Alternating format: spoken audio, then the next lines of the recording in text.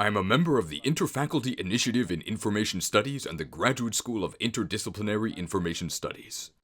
Today, I'd like to talk about the mechanisms of disasters and how to have effective disaster management countermeasures in place. Thank you for joining today. It's possible that we'll run out of time. So I'd first like to share the key messages I want you to take away. The ability to see the essence and the ability to see the whole picture. It's easy to see the surface level picture, and anyone can do it. What I mean here are the hidden mechanisms. These mechanisms impact how people think and behave, so I want you to pay close attention to that aspect. If you don't gain insight there, you can't offer true solutions. The two different length rulers here. One is a long length ruler that measures large space and long time, and the other is a short length ruler that measures small space and short time. The long ruler shows the right direction and does not wobble. Having said that, the public often doesn't know what to do when told about things in the context of the long-term ruler. That's why a short ruler is useful when discussing specific actions to take and the results of such actions. However, trying to solve issues with a short ruler can end up being suboptimal, where repeating the process ends up causing a deviation from the overall optimal solution. That's why it's important to always keep both of these two rulers in mind. The last key message is imagination. Since I'm talking about disasters today, what I mean here is disaster imagination. A lack of imagination leads to poor outcomes. Humans can't prepare for something they can't imagine. Nor can they take proper action against something they can't imagine. Think back to the disaster and evacuation drills you've experienced in the past. In the end, they just tell you things like do A, do B, don't do C, and you stop thinking for yourself, which is no good. I'll explain in more detail later. But you have to develop the ability to imagine what will happen around you. Not only when a disaster strikes, but also what happens afterward. That's the essence of it. The other thing is, when talking about disaster prevention, it has traditionally been the realm of people in the natural sciences, like those in science and engineering.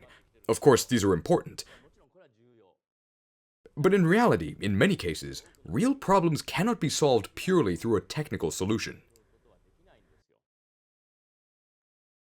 To solve disaster prevention issues, there needs to be a social approach integrating a technical approach and system, both of which must be feasible and acceptable on the local level where it's meant to be implemented.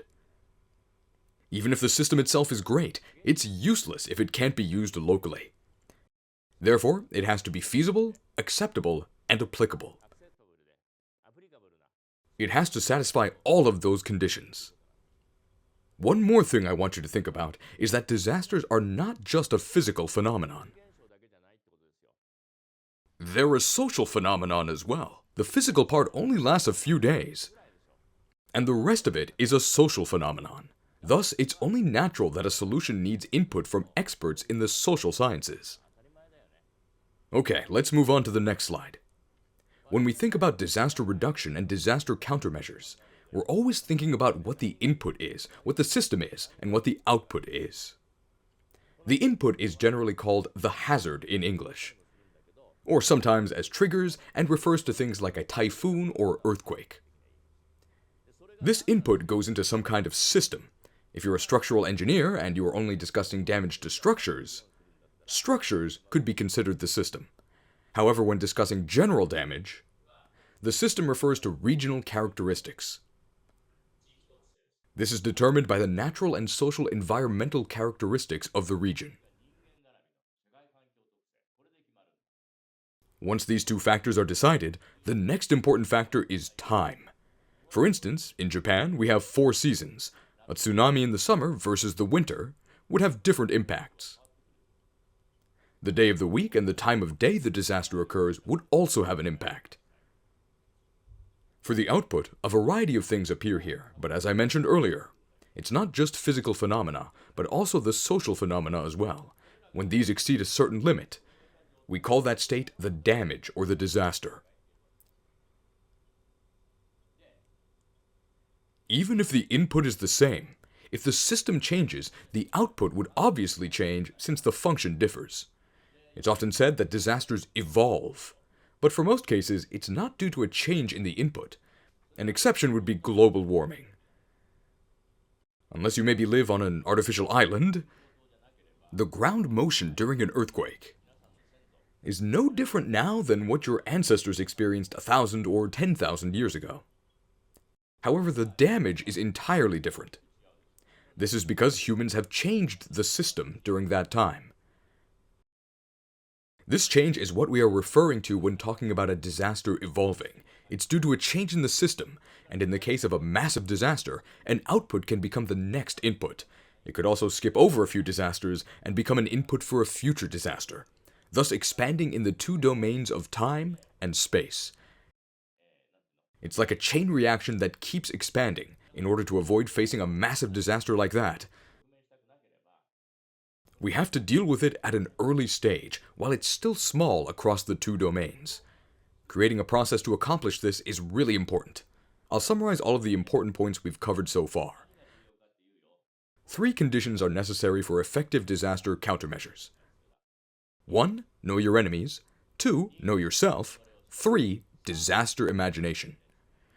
For 1, there are 2 enemies. Within the input, system, and output flow I mentioned earlier, the first enemy is the input, or hazard, and the second is the output, or disaster. For 2, there are 3 things to keep in mind.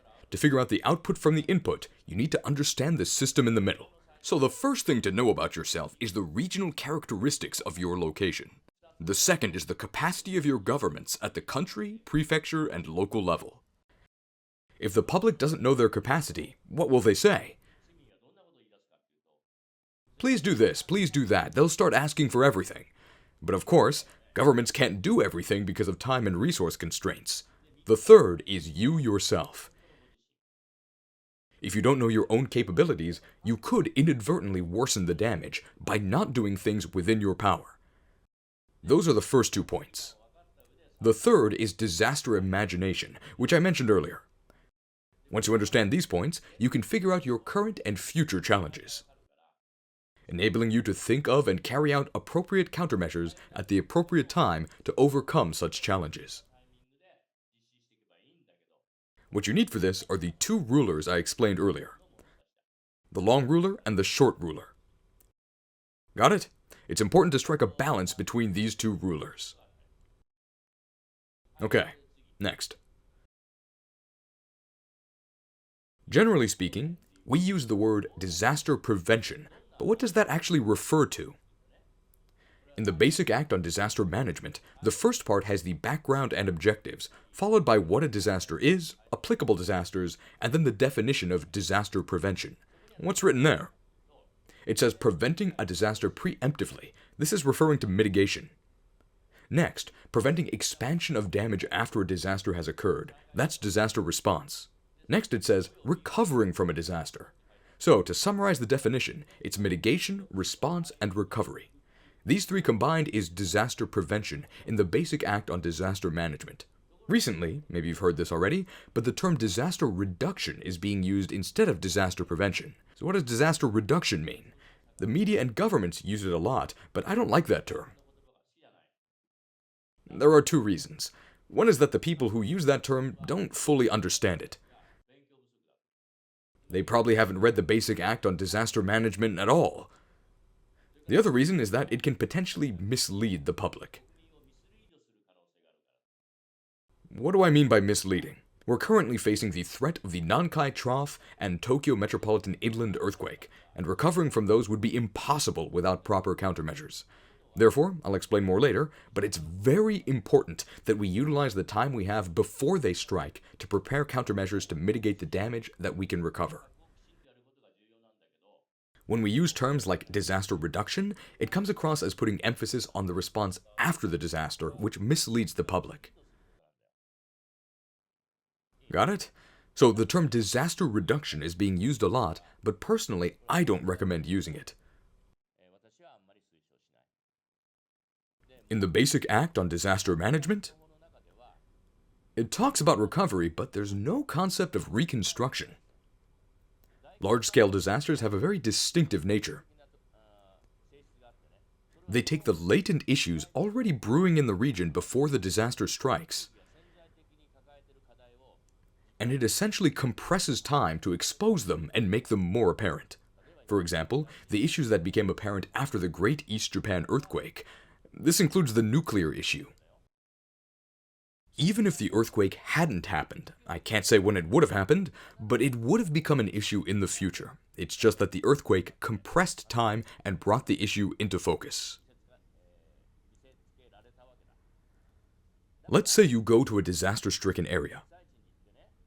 What do the locals, particularly the elderly, answer when you ask them? They say, rebuild it like the way it was. But that's no good. Got it? If we rebuild it back to the way it was and a hazard of the same level strikes again, it'll just be a repeat of the same disaster. To put it plainly, if you ask whether the town or village that the elderly folk remember fondly is actually an appealing place to live for their kids or their grandkids, that's actually not the case. Then why not solve the problem while preserving the good parts of how it was?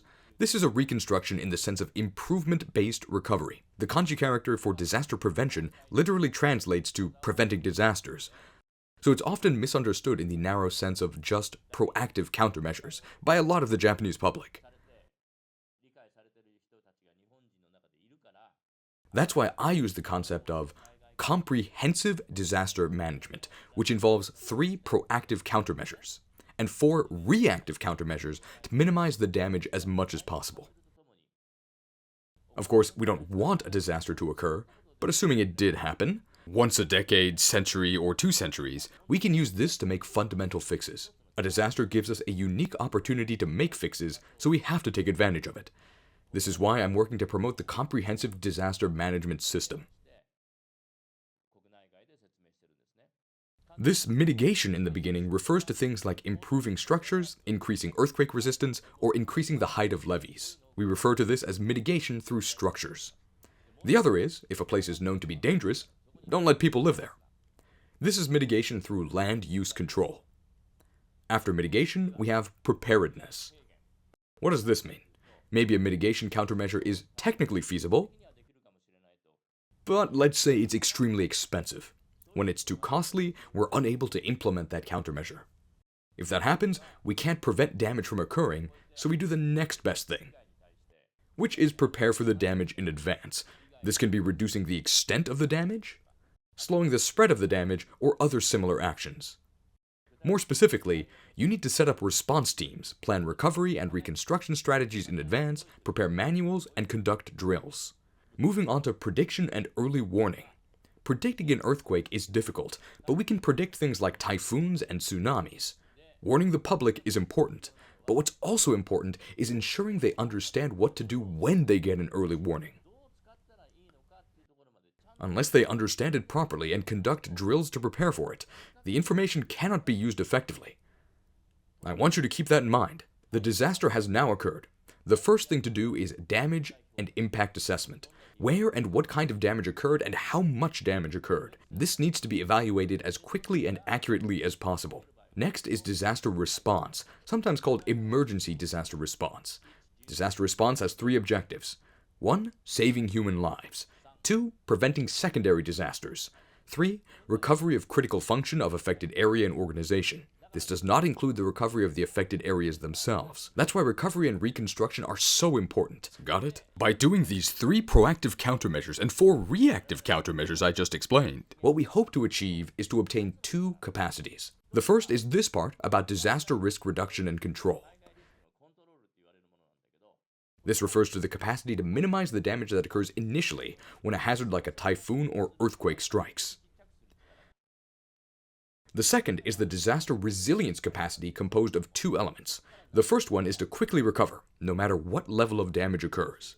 Another thing is the ability to effectively use the disaster as an opportunity to solve problems that the affected area had before the hazard attacked. The goal is to increase the capacity of both. To illustrate these concepts, here is a visualization of what happens.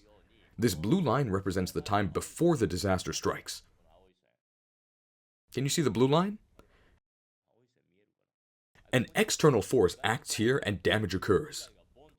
What determines the level of damage? As I said before, things like precautionary countermeasures or predictions and early warnings affect the severity. After that, it's important how quickly recovery occurs, as well as how much higher we can go in terms of improved recovery. There are some experts that believe that minimizing this triangle at the bottom here is the definition of resilience, but that's only half of the picture.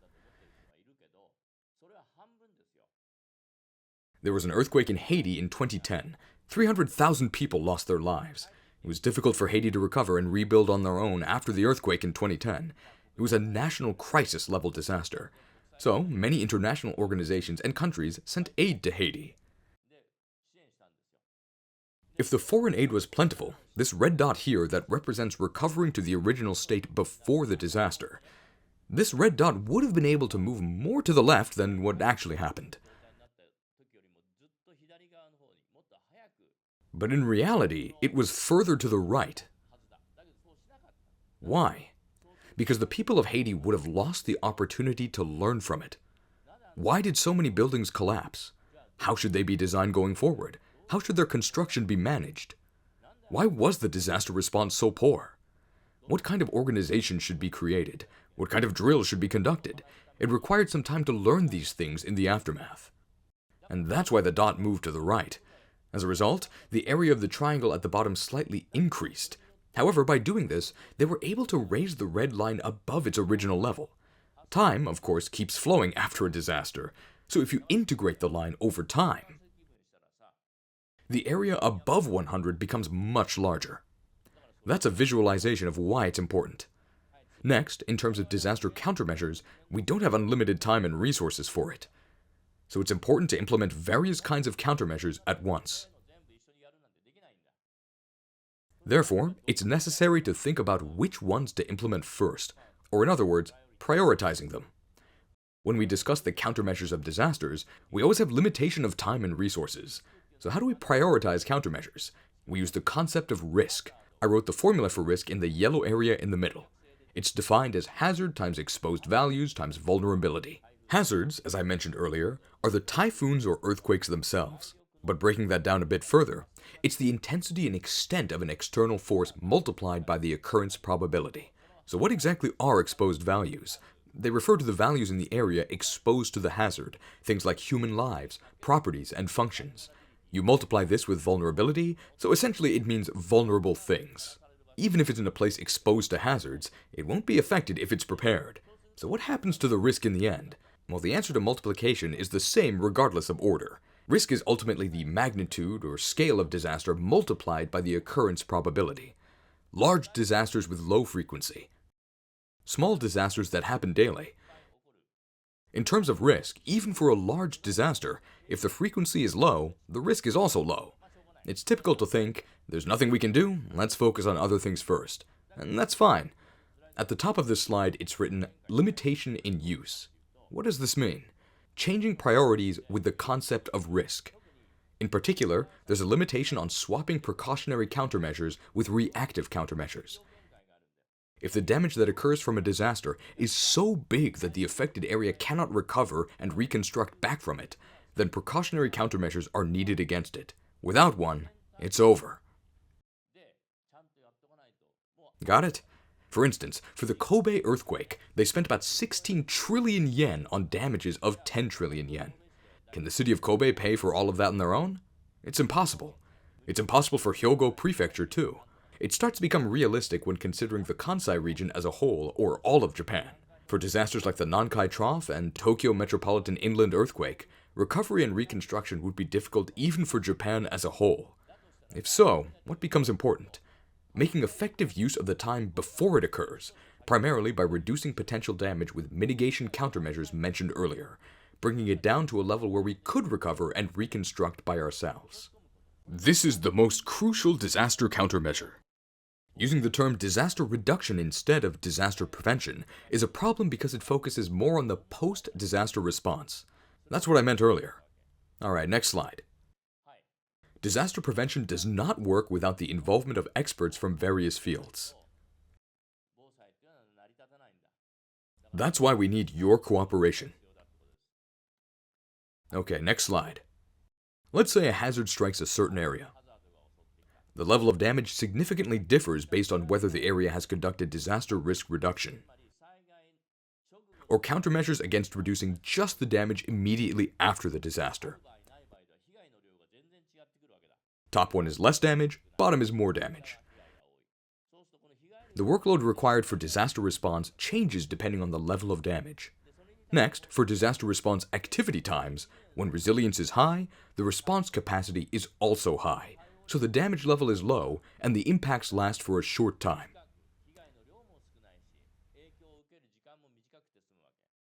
In this diagram, the bottom is the worst, and the top one would be the best. The important point is how to shift from the bottom to the top scenario. Next is the relation between hazard and vulnerability. In most cases, we can't do anything to control the hazard in any meaningful way. An exception would be global warming. This is why we have to reduce vulnerability, to make the risk lower, and thereby reduce the level of damage. So, who are the players involved in conducting this work? Self-help effort, mutual assistance, and public support. Structural, hard, and non-structural, soft, measures also come into play. We can put these together to form a matrix. From damage mitigation to recovery and reconstruction, there's SE, MA, and PS, with each one having hard and soft. I've been working on promoting this matrix in both Japan and abroad, encouraging people to fill it in as much as they can, filling it in to the best of your knowledge. One should be the ideal state, and the other should show how much has been achieved so far. By making both, you can see the missing gap.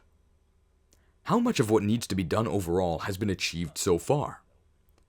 If you prepare the matrix with everything that still needs to be done, both ordinary citizens and city staff can easily see what's been done or not. All you have to do is mark with circle, X, or triangle. But when you don't know the ideal state, it could be hard to decide how to mark it. In that case, you should work with experts to prepare a standard set for the top left. When you mark with circle, X, or triangle, a list of things you haven't done yet will appear below. But this is just a list, and it's not prioritized. Therefore, it's necessary to go through each item one by one and discuss who is responsible for each of them, how much time and money is needed to implement it, and how effective it would be. Please write that down as well. And then, the other thing is, think about your specific area. For example, if your area is not close to the sea, you can ignore tsunami disasters. Or if there are no volcanoes anywhere in your vicinity, you can ignore volcano disasters. Only consider the hazards that need to be considered. Repeat the same process, then integrate them into one matrix. On top of that, as I said earlier, if you're given 3 years and a budget of 1 billion yen, you can find the combination of measures that provides the greatest effect within that time and budget and implement it. What happens when you implement it? You can see the current situation in the improved state. Then you can subtract this from the ideal state to figure out what you need to accomplish in the next step. You just need to repeat this process. In the Basic Act on Disaster Management, municipalities are designated as being responsible for this, so municipalities are left to themselves to come up with countermeasures. However, hazards beyond their imagination, or those beyond their capacity to respond, end up being left out because of this. This leads to your disaster prevention headquarters being swept away, like in Sanriku. In Otsuchi, even the mayor was swept away. That sort of thing is typically beyond their imagination. That's no good. If we place prefectural and national governments below here, it becomes possible to delegate tasks to them when there's something to do beyond your capability. Prefectural governments, as middle managers, would typically coordinate and respond to any requests from municipalities. But if municipalities don't make requests, it means the disaster is beyond what municipalities can respond to themselves. In such cases, the higher levels of government have to step in and take the lead. Also, when municipalities, prefectures, and the nation list what needs to be done overall, you can notice any gaps where each thought the other was fulfilling the task, or any major duplications in effort. I'm saying that those kinds of things can be discovered through this tool. Okay, next. Let's take some time to review some examples of past disasters. What happened in the 2011 Tohoku earthquake? What I want to say here is that no matter what kind of hard or soft countermeasures you take, each one has its own set of pros and cons. Before going further, I want to ask this. 97% to 3%. Does this ring a bell for anyone?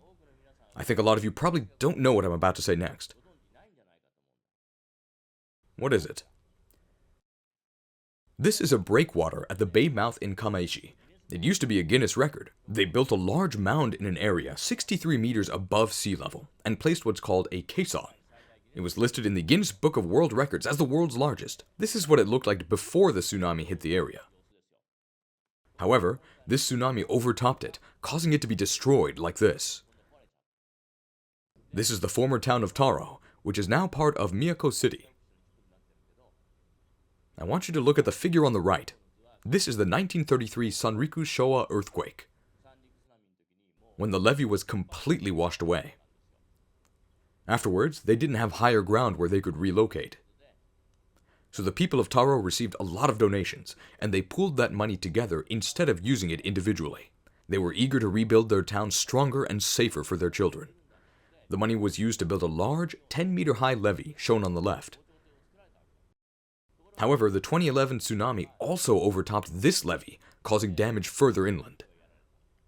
The media published photos like this, asking whether the time and money spent on the levee was worth it, talking about the sheer power of nature, and how humans are no match against its overwhelming destruction. So what I'm trying to say in terms of what the media reported is, for example, in terms of absolute numbers, 18,000 people lost their lives, and there's no actual mistake. But the way they report it is problematic. Why? For example, these are results from an extremely detailed and highly precise tsunami simulation. The top figure is with the breakwater I mentioned earlier at the mouth of the bay in Kamaishi, and the bottom without it. How much of a difference was there? A tsunami, of course, comes from the open sea, and since there's a wall here, the waves have to go over it to get into the bay. This created a delay of 6 minutes. When you're inland and have to make a last-minute escape from the tsunami, a 6-minute delay makes a significant difference. And out here, the sea level has to rise before it overtops the breakwater. For normal water, or rather normal waves, water particles just move up and down, and the water itself doesn't move laterally. For tsunamis, when the depth becomes shallow, the entire cross-section flows forward. Having a wall here makes a huge difference. There's nothing we can do about the water that overtops the wall, but the wall could prevent water below the height of the wall from coming into port. So the flooding, or what we call the inundation depth, as well as the maximum vertical height the water reaches, or what we call the run-up, both of these were decreased by 30 to 50% with the breakwater. But what we observed in 2011 was with the breakwater. The tsunami was that devastating with the breakwater. So imagine what it would have been like without it. It would have been 1.4 to 2 times worse. As you can see, the breakwater was incredibly valuable. Looking at all the municipalities affected by the tsunami, from Aomori Prefecture to Chiba Prefecture, and seeing how far the water reached, how many people were there, and how many lost their lives, what did we find out? When the earthquake occurred, when you look at the number of people who were in the inundated area, it was 620,000 people. Of those, over 18,000 people lost their lives. That's about 3% of the total. Got it? Investigating the reason the 3% lost their lives and ensuring it doesn't happen again is, needless to say, important. But the fact that 97% of the people in the inundated area survived is actually an exceptionally good result when looking at past tsunami disasters globally. It would be misleading not to include that statistic in the message as well. Got it? Okay, so what happens if we look at each individual municipality? The municipality in which the most people lost their lives in the inundation area was Rikuzen Takata at 12.8%. But municipalities also have areas that weren't inundated. So if we look at where the fatality ratio was highest overall, it was Onagawa at 9.46%. Got it? Let's look at how it was in the past. When the Meiji Sanriku earthquake struck in 1896, the population of Japan was a third of the current population, but the number of fatalities was 22,000 higher than the 2011 tsunami. There are no records of how far the tsunami reached, how many people were in that region, and exactly how many people lost their lives. This data references individual investigations conducted by each village. Take a look at this. Unoshimai village is 32.7%, Kamaishi is 53.9%, and Toni is 66.4%. In 2011, the highest was Onagawa at 9.46%. The difference is staggering. If you look at Taro, the town we talked about earlier, 83.1% of the people there were killed or went missing in the 1896 earthquake tsunami. It was 32.5% for the 1933 earthquake tsunami, and in 2011, it was 3.9%. By taking countermeasures in advance, the damage was dramatically reduced. But the media doesn't really explain that part, do they? It's misleading, so I want you all to be able to see through that. Okay, so the breakwater, which was treated negatively by the media, made a positive difference. On the flip side, the negative was that having a great structural countermeasure and JMA's underestimated tsunami warning that brought about a false sense of security, thereby having a negative effect on evacuation.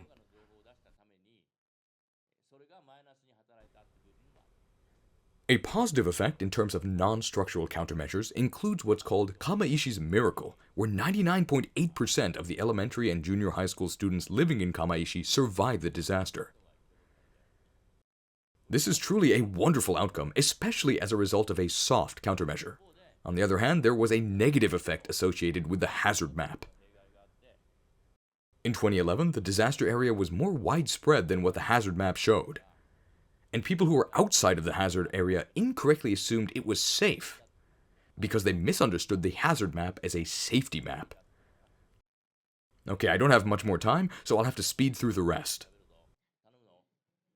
This is the data of direct fatalities from the Kobe earthquake. The first thing you probably notice is that many are elderly, 60 or above. Why is this? It's because they were unable to act immediately, correct. Another thing is that the homes of the elderly were old and dilapidated. There were factors like that. With that said, it's important to note that there's a local peak for 20 to 25, your age group. Why did this happen? This age group should be the most agile and tough. So why were there so many deaths? Even if you divide this by the population, it's still significantly higher in this group. Looking at it in more detail, you can see that there were those coming to Kobe from outside of Kobe. The university students, graduate students, and young working adults. They lived in cheap, run-down apartments, primarily due to financial reasons. No matter how young and fit you are, you're going to die if your house collapses. I imagine you've all come here to Tokyo to study. If your home were to collapse, well, all of that effort means nothing. So it's wise to at least check when your home or apartment was built. You should at least make sure that it was built after June 1981. Got it? Next. Where did the deaths occur?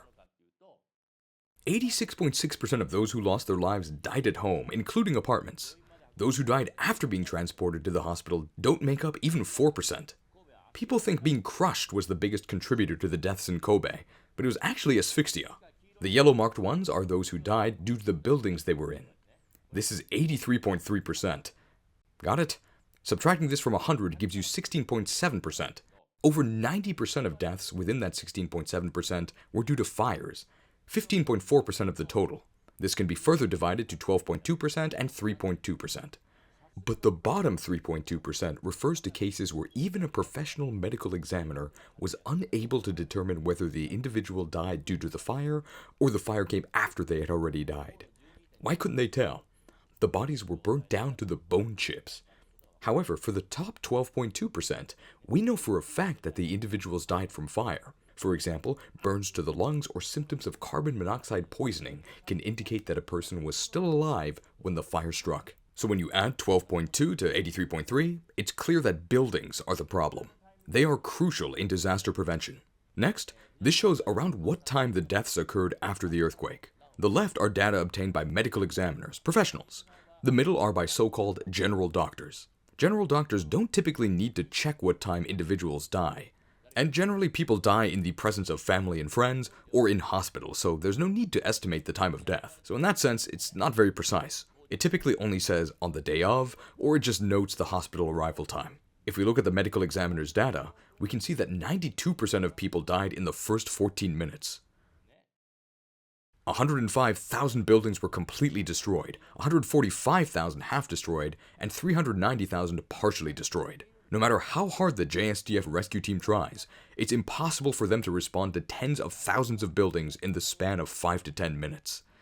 This goes to show how important it is that buildings are built properly. This is the number of people rescued by fire departments and the JSDF. And how many of those people survived? The number increases from day 1 to 3 because a system is able to be put in place. On day 1, 70% of those rescued survived. On day 2 and 3, it falls to 20% and then 10%. This is the basis for what we call the golden 24 hours or 72 hours.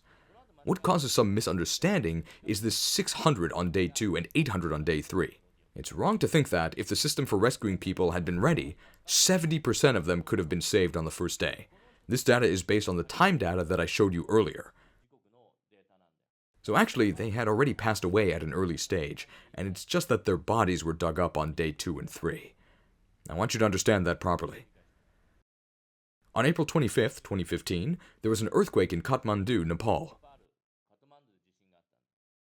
I've been doing work that supports the country of Nepal for about 35 years now. We established research institutions, provided education, and created systems for earthquake disaster management. The earthquake was on the 25th, and on the 26th, the Japanese government sent a 70-person rescue team and the latest equipment, as well as rescue dogs, on a special plane to Kathmandu's Tribhuvan Airport.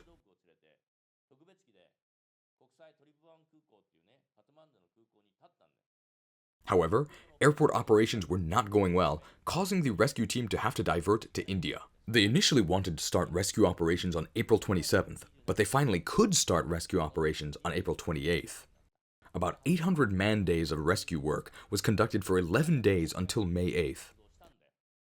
The Ministry of Foreign Affairs wrote that the Nepalese government and the people of Nepal expressed their deepest gratitude for these rescue operations. In reality, there were 0 survivors rescued from these activities, and only 1 body was recovered. That was all the Japanese rescue team did. This is the data. The ratio of people rescued by foreign rescue teams didn't even reach 0.1%.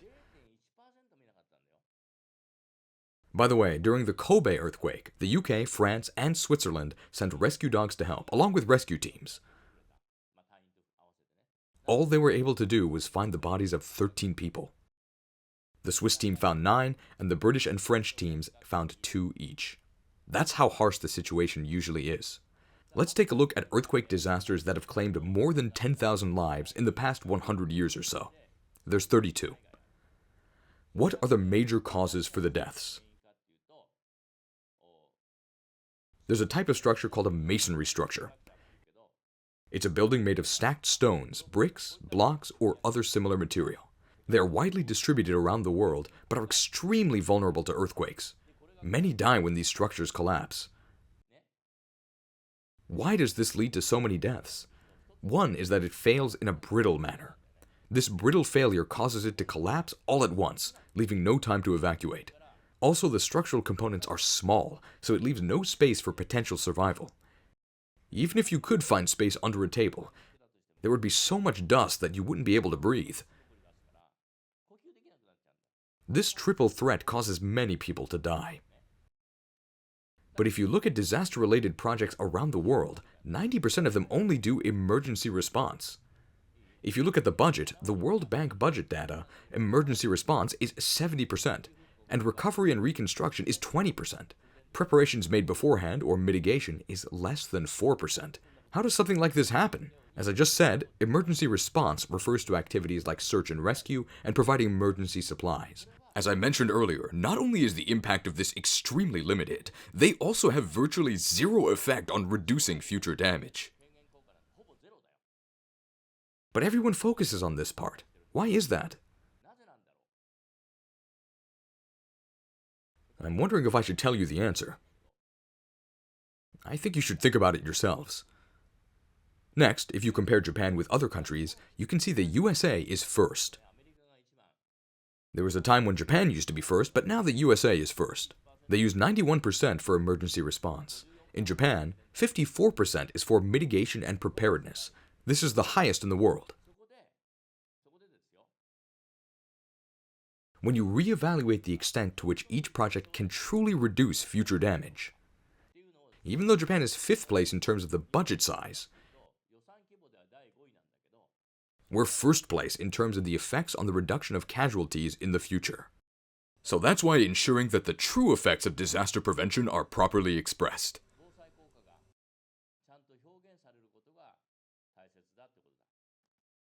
Next, I'll talk about fires. Kobe, a city of 1.5 million people, had an average of about 650 to 700 fires per year. That's about 2 fires per day. However, when the earthquake occurred, there were 109 fires on the first day. More specifically, there were 53 fires between 5:46 and 6 a.m.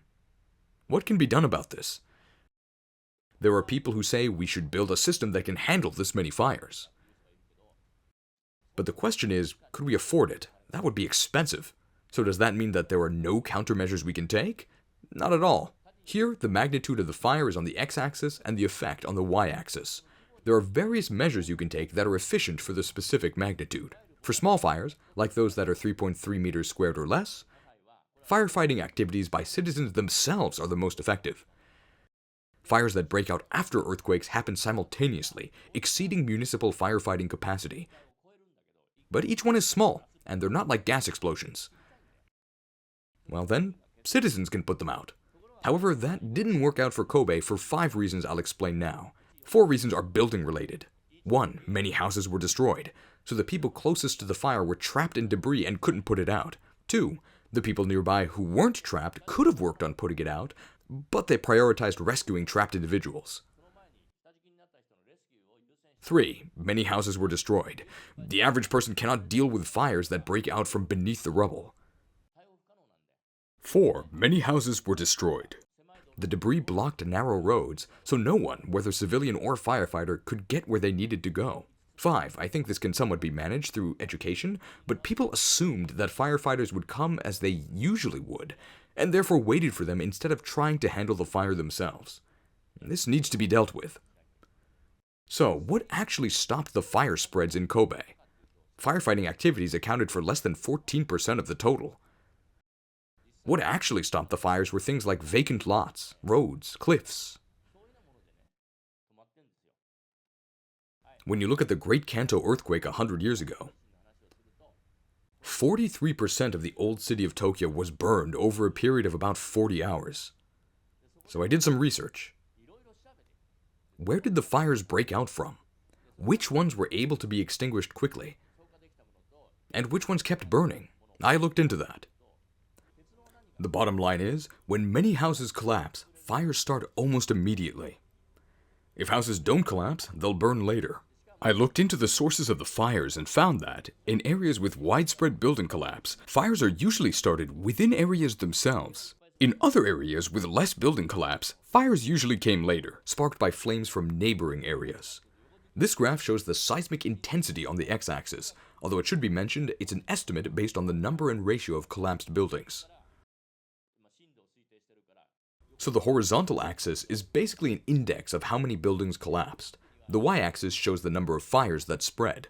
A house won't become the source of a spreading fire if it hasn't collapsed. Why? Firefighting doesn't happen during the quake. As long as the house is standing, the fire can be put out there. It becomes impossible because it collapses. The same trend was seen for both the Kobe and Kanto earthquake. As long as buildings are earthquake resistant, fires are less likely to occur, and even if they do, it can be quickly extinguished. This is still the case. The x-axis is ratio of collapsed buildings, and y-axis is rate of fire immediately afterwards. It's almost proportional. If we change the y-axis to the rate of fires that spread, keep in mind that fires spread because the fire that starts is unable to be extinguished quickly. Then, as explained earlier, since there's a higher chance that fires are extinguished in areas where buildings weren't completely destroyed, it becomes this kind of curve because fires are put out in these areas. The same trend was seen for the Great Kanto and Hanshin earthquakes. Okay? This is the last slide. So for the Kanto earthquake, Hanshin earthquake, and Great East Japan earthquake, there were many deaths from each disaster, but the direct causes were different. Even experts say that the lesson is different with every disaster. But that's just looking at the surface. Got it? There's actually an extremely important lesson that is common to all of these. For the Hanshin earthquake in the middle, it's self-evident that 83.3% of the deaths were caused by buildings collapsing. But on the left, for the Kanto earthquake, 87.1% of the victims died in fires. But, as I already explained, if the buildings were earthquake resistant, fires wouldn't have been such a problem. We would have been able to dramatically reduce the number of people who died in fires. How about for the Great East Japan earthquake? As I mentioned earlier in the case of the Hanshin earthquake, for that earthquake, the ratio of victims that got trapped under debris from the building they were in before they died from a fire was about 13.2%.